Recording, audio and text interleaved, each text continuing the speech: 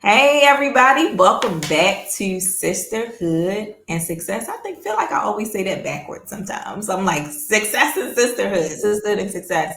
But I like sisterhood first because sisterhood is what's most important. Absolutely. And you can actually grow a whole lot when you're in the right community. And today, I'm here, Tiona Blyden, the Proverbs 31 boss, and my sister's here. Destiny Inspire, the confidence queen. Yes, and I'm so excited about what we're going to talk about today. We were going to talk about something different, and we'll do that next week. But today we're going to keep it light and fun. And also, it's still going to be some accountability here because that's just how Period. it is, right? But today we're going to talk about the dress code of a queen. The An dress code of a queen. embody. And we're going to talk about some of the things that people don't normally discuss when it comes to showing up and looking right. So, how do we get to this point? We were sitting here, and my sis was like, I ain't feel like putting no makeup on today, you know? Right. Which is rare. So yeah, so she's like, I don't feel like putting no makeup on. And I'm just like, here lately I've been putting on more makeup, but not because I'm trying to hide something. Now, when I first started wearing makeup, I was trying to hide blemishes. I was trying to Mm. hide the fact that I wasn't taking care of my skin, that maybe I was stressed and I was having like stress breakouts, that I wasn't hydrated and drinking enough water. So the makeup was really to hide the fact Mhm. that I wasn't doing the work when it came to my skin, right? Getting to the bottom of it and really taking care of myself. But now I wear makeup as an enhancement. That's Yeah. it. It's just an enhancement. Because if I take all of this off, I can still feel confident. I might just do my brows and put something on Mhm. my lip a little bit, but that's pretty much it because I'm actually doing the work and taking care of myself. And so, for me, that looked like I one day. So one day I sat down and I wrote a list of non-negotiables. Mm. This is so like I wrote a list of non-negotiables and I still have it in my note section on my phone. Some of the Mhm. things that were in my non-negotiables was that I do not leave the house without being impeccably dressed. Now I don't care if it's a Good. sweatsuit and some sneakers because I can do that too. I don't care if it's some jeans because I can wear different things. But when I leave the house, I need to feel confident in how I look and how, like, if I meet somebody, if I run into President Obama and First Lady Michelle Obama, am I going to want to run and hide, or I'm going to Mhm. confidently walk over and Good. introduce myself? And if I can't do that, then I won't. I will not leave the house. The other thing that I wrote down is that I want to make sure that my skin is beautiful underneath my makeup. Mm. And so with that, I started to invest in Curology. I would have all of these breakouts. I didn't know why. My skin is very sensitive, but it's also like combination and oily. So I invested in a product that comes with a dermatologist. And yes, it's a little bit of an investment. It evens out to about 50 something dollars a month, but I've been using it for 3 years and my face is Wow. the clearest that it has ever been in my life. That has been a source of my shrinking. So sometimes when you know that you're shrinking because of a certain thing, instead of trying to cover it up, you got to deal with the root of it. Yeah. So those were two of my non-negotiables. I love it. Yeah, it's crazy. I probably didn't start wearing makeup until I was about 22 maybe. Probably 22 I started wearing makeup. And I only started wearing it then because I've always looked like younger than I was like a kid. And so I had this job working for the tax commissioner's office. And I was the only one that was a me that was there, the first one they ever hired, African American. And so a lot of the people, I won't say they blatantly disrespected me, but they would lead with, "Oh, how old are you? Are you a teenager? Like, are you working here from the high school?" Like, they could not focus on the job at hand because they were so busy just looking at me and how young I looked, and they couldn't believe, first of all, a black girl at that, but then a Mhm. young black girl, like, "What are you doing here?" And so I started wearing makeup just to, like I said, enhance my look, to give me, put a little more age on me because I have a fresh young face. And so that's when I first started wearing it. And from there, I I actually enjoyed it, but I've never been able to, or I've never taken the time to like really learn how to really like put it on, like how to really the products and bacon and so I always done just enough to still, because one thing my mom always taught me, something she was like, you never leave the house looking any kind of way. My mother Yeah. would never let us leave the house, no bonnets, no, which bonnets were Honey, really a thing growing up like that. Like we didn't do that, but she always said no matter what, when you go out the house, she would always say, have on some earrings, even if they just studs, and put on some lip gloss. Donnie. She never believed in going out the house looking any kind of way ever. And so that's something I adopted probably until I started taking care of her. When I started taking care of my mom before she passed, I rarely went out. So when I did, I always had on like a sweatsuit or something, and I didn't have on no makeup or nothing. But I had lost so much weight taking care of her with cancer that I didn't even have energy to, like, I would go to the store, go get medicine and come right back. But now that that season is over, like I like to get a little, some days I just like to get dolled up and dressed up just because I'm a woman. I ain't got nowhere special to go. I heard somebody say every day is an occasion. So don't save your good stuff for special occasions, because life itself is a special occasion. So to me, that's part of the dress code of a queen too. Wearing what makes you feel good as a woman and not waiting for some type of special reason to go out and look good. Yeah, or you create the special occasion too, you know? That's I first of all, when I look online at your profile, I can't tell that you don't like to wear makeup. 'Cause I feel like your face be beat. I don't know. Well, and I do it. I have taken some classes with past clients where we've got a makeup artist on Zoom, Mhm. and again they would give us like a list of things. As a matter of fact, I have one of those things saved as one of my most important notes. But do I use that stuff? No, Right. I don't. And they gave Okay. me a list of products that are not all expensive, but that do the job. And so I love it because you don't always have to wear MAC. Some days is Yeah. not a MAC day. It may be a Fit Me by Maybelline kind of day. That's Okay. that's my And everyday. I'm a so fit me girl. so this is so every day is not a Mac day. I like Mac because Mac gives me like the Mhm. full studio look Yeah, they got a Mac is good. having I to do so many options, but some days is a fit me day. Okay, like Mac this is is all I'm good. saying. And so the thing about showing up, even in terms of as a woman and feeling good about yourself, a lot of times that comes out of you when you're around another woman who does that. So for Mhm. you, it was your mom. Yeah. She said, make sure you put on some lip gloss and all that stuff. But me, my mother had me at 15, girl. I learned a Mhm. lot by being around other women. And Mhm. although my mother did a great job, there's a lot of things that I didn't learn about a woman, being a woman, until I was around other women. Like That's how good. you're supposed to, like when you're supposed to wear tights and when not. You Mhm. know, like what kind of skirt is too short? How much Mm. cleavage is too, like seriously, like when you come from Wow. a home that somebody is like modeling that for you, is a no-brainer. But for somebody like me, I had to learn. Like, Wow. like and things that you wouldn't even think that it would be a question, like, well, what's too short of a skirt? You know? Mhm. How you dress around somebody's husband or around men is different than how you might dress around your girlfriends. These are Mhm. things that were spoken in other households, but these were things that I learned about being around other women. And what I love about us is that we are so, especially the women that I hang out with now, like just so beautiful, know who they are, and ain't afraid to say, sis, you should try this eyeliner. You know, Yeah. as soon as we get off of here, girl, I'm gonna send you Yeah, an they eye. don't gatekeep. Yeah, like Please. like just putting you on game. Like, hey, your eyebrows look good, but maybe you should try the brow glue so they can, Mhm. like and being around. That's why I love. Sometimes we think like we don't need each other or we Yeah. don't need women, but like it's certain things. My old pastor used to say, some things are taught and some things are caught. That's it. And some things you catch just by being around the right Mhm. people. I wish That's I so was trying to good. look on my phone at this post that I saw yesterday. Because when we think about dress code, we think about the way we look. Mhm.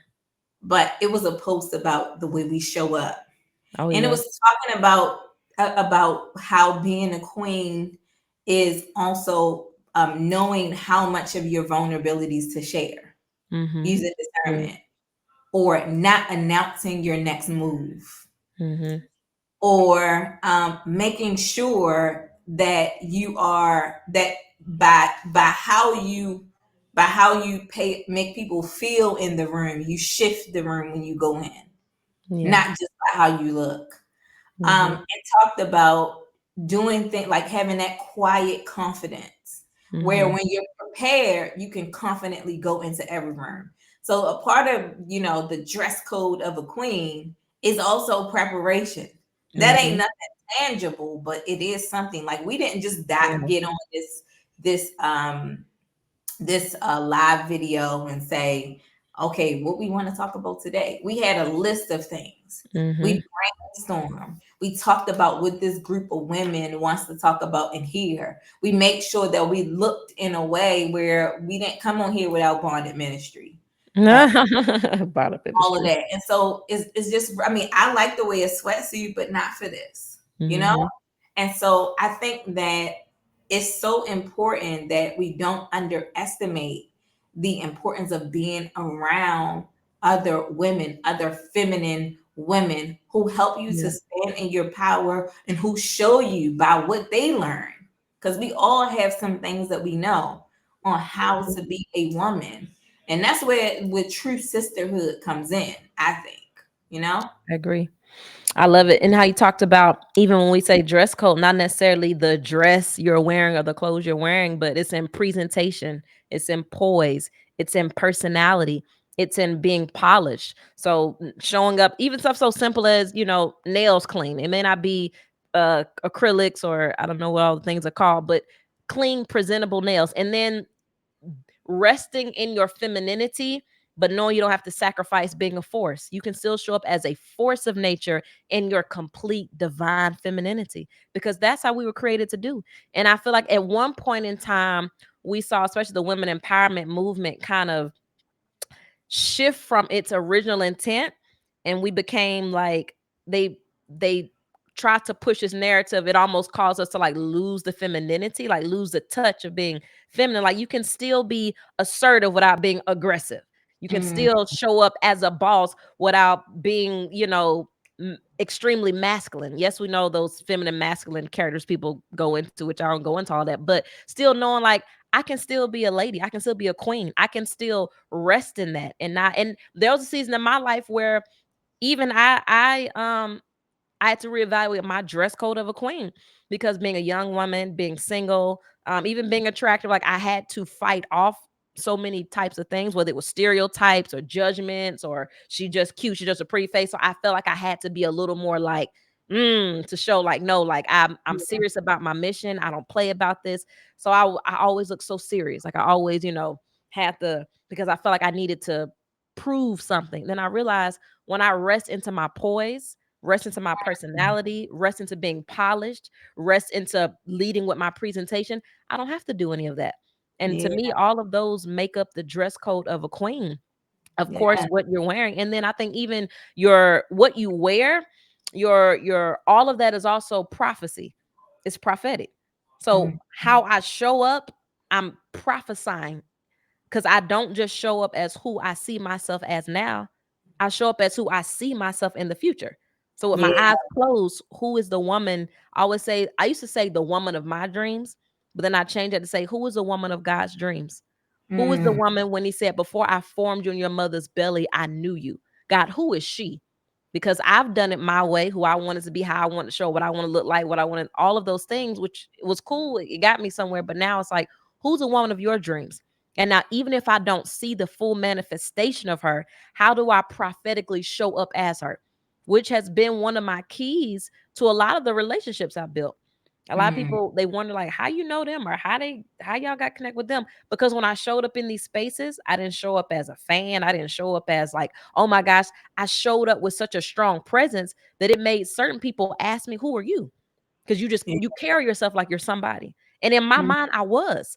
I didn't see myself when I first went to Atlanta. I didn't see myself this young, broke, divorced, single girl, chasing her dreams, starting over. I didn't see myself as that. I knew that was a temporary state of being, but I saw myself as a woman that God showed me in my dreams. So when I showed up into any room, no matter who was there, the biggest of celebrities, I don't care what your degrees are, doctors, I showed up as that version of me. And that energy, that spirit, that presence, that force, whatever you want to call it, when you show up and you embody that, it's an essence that people feel. And as women, sometimes we feel like we have to like look the best, which you want to look good, period. Like, Yes, no, honey. not look good. Yes. You want to look your best. But at some point, I think we stop there and we stop teaching women that it's not just about when you show up looking good, that's the first step. But now, do you have a forgettable presence? Do you have a force or a presence to where people forget about you? They overlook you because you don't exude something from the inside out, because we just look at the outside. But when you're around people, it's a force that they feel. We think confidence is just a feeling that we feel. Yeah. Confidence is both a feeling, but it's a force that other people feel in you. And when you Yeah. show up in that force, you are showing up with the dress code of a queen, and you are attracting and drawing the right people to you because they feel something deep down inside. But that only comes when you've done the inner work. Once Yes. you've done that inner work, it naturally radiates in poise, presence, presentation. And I'm gonna say this: I did an event a couple weeks ago, and I'm thinking I'm being my natural, normal self. And the lady came up to me afterwards that I didn't know, and she was like, "I bet people are intimidated when you walk in rooms." She said, Mm, "You carry such a." She used a word. She said, "You carry such a force and a presence that can be very intimidating." She said, "But mm, don't stop." She said, "Whatever you do, don't stop." And that's a mm. testament to the things that we teach. And I teach women about developing it from the inside out, that when you show up in rooms, you don't have to fake it till you make it. You don't have to pretend. You don't have to compare or compete. You've done so much inner work that when you show up, your presence just, it captivates. And to me, that's part of your dress code as a queen. Oh, yes. Listen, all the things, all that, all that. I want to talk about something. So like in the world system, they teach you that you have to, once you have a certain thing, then Mhm. you can do certain things and then you become this person. But in God's system, you got to be first. You got to become first, Yeah, and then you're able to do, and then you can have. you have it. That's So right. we always say like if when I make this amount of money, when I have this audience, then I'm going to do these things and I'll become this type of person. And I'm here to tell you that you got to become first. That is the first step. And you have to be able to see beyond where you are now and show up as that in every environment. Because being well dressed could get you in the room, but it might not keep you there. That's for sure. You have to have something that can back it up. And the loudest woman in the room is not the most confident woman in Mm-mm. the room. No. She's not. As a matter of fact, like when I go into in an environment, a networking environment, I like to connect with the quiet women. I want to know who they are. I mean, I want to know the other women, but the Hmm. ones that are quiet, they came in there with an agenda, and sometimes it's just to draw them closer to the environment. But sometimes they may have something more to say. Yeah. Because wise people don't have loose lips; they're not always talking. Mm-mm. They're just not like they don't just solicit. They don't just give unsolicited advice. You got to ask them for some information. And so I remember a couple years back, I went into my closet, this big closet. I got all this stuff, all of these clothes, and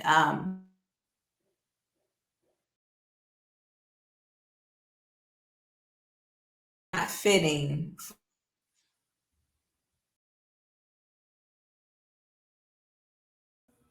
So I don't even own anything that I don't love right now. That's good.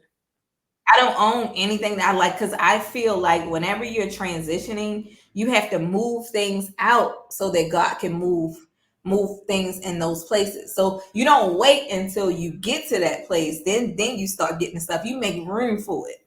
So I Hmm. made room for it. I was like, I don't want anything in my closet that this woman that I'm becoming would not wear.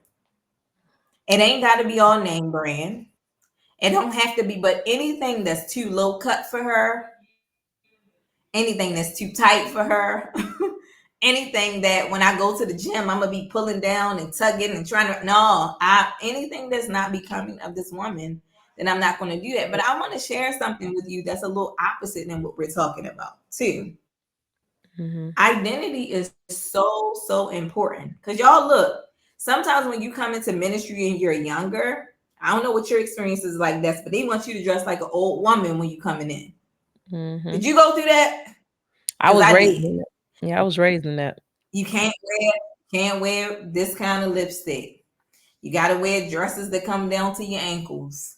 You gotta, and you gotta wear hats. Like when I first started doing my ministers and training, I was in a Pentecostal, apostolic Pentecostal church. Mhm. And so the requirements to become a minister almost turned me off because I felt like I got to totally be somebody different than I actually am in order to do this. Mhm. Like it was very off putting. And I feel like, I felt like I need to cut my nails. Y'all love my nails long. This is how I wear my nails. I used to now because I want to be honest because this is sisterhood and That's right. success.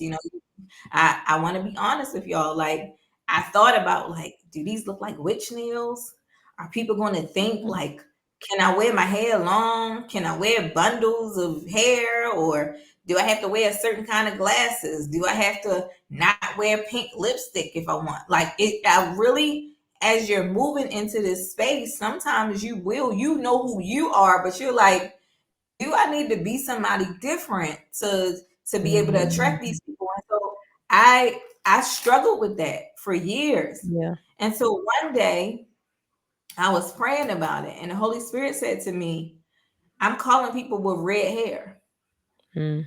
I'm calling people with pink highlights. I'm That's calling real. people with long nails. I'm calling people with 6-inch heels. I'm calling people that body build. I'm calling people because here's the thing. With me in ministry, you ain't never gonna see me coming to deliver you. Cause I don't That's look it. like the typical person that's gonna That's it. but I'm a prayer warrior and I know the Lord and I will fast with you and I will Mhm. pray with you until something happens. And so, one of the things he taught, he said, I called you just the way you are. And if it's something that I need you to change, I'm gonna tell you when to do that.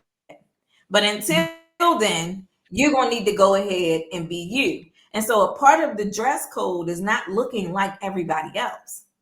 Part of the Mhm. dress code is you looking like the promise that God placed in your head and in your heart about who you're supposed to become. And that may be different for everybody. So I just Mhm. wanted to share that too, because I know that That's there are some good. people that's like, well, can I go like with these bundles? Can I go with this? Can I go with that? Do I have to be, real preachy and churchy in a certain kind of way? And do I have to say, when I preach or whatever? Like, do I have to do Mhm. all of that? And I'm just a girl that loves the Lord, a home girl. Somebody told me that one time. They said, you seem like a home girl that loves Jesus. Yep. Like that's just really, really it. And sometimes that is what it takes. So It we is. all have our place. Just know what your place is. If God is calling you to change something, because eventually He does call you Mhm. to change, make sure you're sensitive. But if you're in the moment where He's like, go just as you are, Yeah. baby, then go just as you are. Okay. Yeah.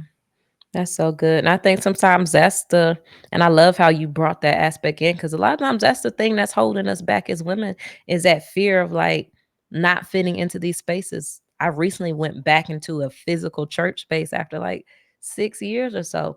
And if I'm honest, I had to navigate as much as I teach about this and coach on confidence and identity, I had to navigate who am I in this space? Cause I'm Mhm. used to I pray by myself, I pray on my knees, I pray on my face, I worship in tears. So coming to a church space that was kind of different, it's like, do I need to try to get into the culture? And of course you want to connect, but it was a journey because I'm like, God, am I enough? Like, do I need to do this? And like you said, God calls you. I came back into the church space, still praying, fasting, all the things were just outside the church. I came in with purple and pink hair. I came in, still with red lipstick and high heels, and nobody looked like me in the church. And you think I come from a church background, so it's not like I don't know, but it was so awkward. Like God really had to deal with me because for a minute, a season, I kind of felt lost again. I'm like, God, I know that I'm Mhm. supposed to do this, but I don't look like anybody here. Even I don't act like them. I don't preach like this. Like I love a good taught word. I love a good, unpacking scripture. Like I don't know if I can fit into this. And that's what holds a lot of us back as women, is trying to make our queen dress code the code of the rest of the community. And it doesn't have to be Come like on. that. So that's all I got on. That's what you said was everything. Allowing God, and then Yeah. as he, brings you in, if there are things that he wants to change, he will impress it upon your heart.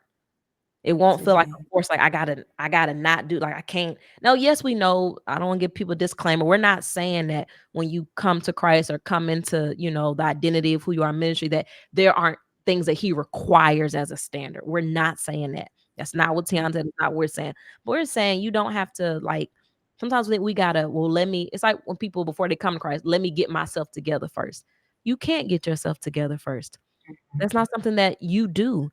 When as long as your Mhm. heart is pure and you're committed to God, he will get you together. He'll put on your heart like, "Hey, you know what? I don't even want to wear this no more. You know what? Maybe this is, but let God do the work. Don't try to force it." Like she said, let God call you where you are and as you are. And as long as you're pure and you love him, he'll do the rest. And then he'll surround you with sisters like Tiana and Destiny that will help nurture you in that success and sisterhood space. So I love it. It's so funny. I was looking at Pastor Jamal Bryant had a clip from one of his YouTube videos or one of his podcasts, and he had a young lady on there that was saying that God had called her, and I don't even remember her name. She said he called me, and I was like, she said, I was like, you want me to go like this? And he said, yeah, because most people think that they're supposed to go when they're ready. And I'm going to show them through you how I can get you ready. Mm, that's powerful. And I was like, because most, like a lot of people, when they see like the Michael Todds and the Bishop Jakes and the Aunt Sarah Jakes and people think they see an overnight success. But a lot of times you don't see the 10 years that it takes to become an overnight Mm, success, like the process, the pain, the crying, the pulling away, the losing of friends, the not having a safe space, the depression, the feeling like, why am I here? Because here's the thing, the enemy doesn't come to empty vaults. And one thing that I do know for sure is that a ooh, lot of people that are called to ministry, they also go through a series of depression. They also go through dealing with suicidal thoughts. They also go through feeling misunderstood and feeling alone. And it ain't just one of us, it's all of us. Okay. mm, We all have been through that. And so, when you see somebody like a Destiny Inspire, and you see somebody like a Tiona Blyden, you see a Sarah Jakes Roberts, and you see all of those people, and you like, I want what they got, but it took some oil to get there, baby. It took some oil. You can't get up and preach like that and minister to people and pray like that if you've never been in a situation where that kind of preaching, ministry, and prayer was needed so you can come out alive. oh, baby. Okay, so like that Mm, is what, when it comes to this sisterhood and success, it's so important that you understand that you can only go but so far by yourself. There's going to come a point in time. It comes a point in time in every woman, every man's life, every minister, every successful person, every person, where you need your tribe, you need your mm, team in order to go any further, or you're gonna be stuck. And so one of the things wow. that we're trying to do is, first of all, offer a place where you can be vulnerable, where you can have a tribe. And let me tell you something, y'all. We have been through enough hurt from people that this environment is going to be curated in a way where you're going to get some sisters. You're Okay? gonna get some sisters. You're going to get some sisters. Quality sisters too. We're not playing none of that like being mean girl stuff, because this is a space where you're going to learn how to become a sister so you can have some. Mm, Okay? Like that, this is the space for that. And it took us a long time to get here. But the great thing about having a coach and a mentor is you don't have to step on the same landmines. Mm. You don't have to step on the same landmine. They already stepped on them for you. And here's another thing. This is one of the great things about being in a space like this. In this time where there's so much uncertainty, this is exactly what people need. Yeah. This is exactly what people need. This is exactly what we need. Mm-hmm. Honestly, like I am intentionally building a sisterhood. Because here's the thing, y'all, living a life of protecting yourself is exhausting. Mm. It really Very. is. It really is. I'm tired of trying to protect myself for real. Like, I want to have some real, authentic, wholesome relationships and not relationships where I only let people get past this point. And I'm like, all right, Mm-hmm. you can't come past here. This is the way to, but I don't care how nice you are. I don't want to do that. Because in order to live in fullness, you can't live in fear. Ooh. You can't. Like, you can't be fearful. You got to trust that, hey, God, who is this person? Who are they to me? Okay, I'm trusting you and I'm going full out and into this thing, you know? And Yeah. so, That's if good. you look at, I mean, some of y'all don't believe in them, some of y'all do, but when you look at sororities and fraternities and things like that, the one thing that helps them to maintain the sisterhood and brotherhood is not that they don't have their individuality. It's not that they Mhm. don't disagree about certain things, but that the oath or the commitment to sisterhood and brotherhood is stronger than their individual agreements. Mm. They learn how to respectfully disagree because they trust that whatever that organization is, that they brought in people that are of like mind. And at the end of the day, my sister or brother is going to have my best interest in mind, you know? Exactly. And so that is what we're trying to curate in a space that's not even like that because we need it. Mm-hmm. We need it. We Mm. all need it. And Yeah. so, I love it. anything you want to say as we close out? Mm-mm. That's all I got. This is amazing. Put on the dress code of a queen. Mm, Embody everything that we talked about. It's not this or that. It's this and that and all the above. That's yeah, it. and y'all in Sisterhood and Success, we still have a wait list available. We haven't quite opened up the doors to what is next. But if you join the wait list, you will be the first to know Yes. Get in the about room. we have in store. So if you're just curious, get on the wait list. If you're serious, you like, hey, I know that I need some sisters and I know that I don't want to take this journey alone, go ahead and get on the wait list. So you'll be the first to know about what we're rolling out. We're very serious about this. This is not a ploy. We only are going to, in each cohort, we're only going to open up 20 spaces. That's all we have the capacity to do. So here, in the podcast series, you're hearing some of the things we're going to discuss, but you're hearing the what. But when you get inside of the program, then you're going to get the how. There's going to be transformation there. So Mhm. I want to thank you. I want to thank my sister, Destiny Inspire, for I us think my always on here sister, having the conversations that we be having in private basically, with the literally. mics turned on. Mhm. And also just want to just thank God for bringing us together in this season so that we could become powerful forces together and to serve That's right. women. I just love what he's doing. So guys, if you're not on the wait list, go ahead and join. Nothing is rolling out right away, but when those 20 spaces are up, they are up. Okay. And we just got to honor what It. God tells us to do in the season. So we'll see you next week. Bye.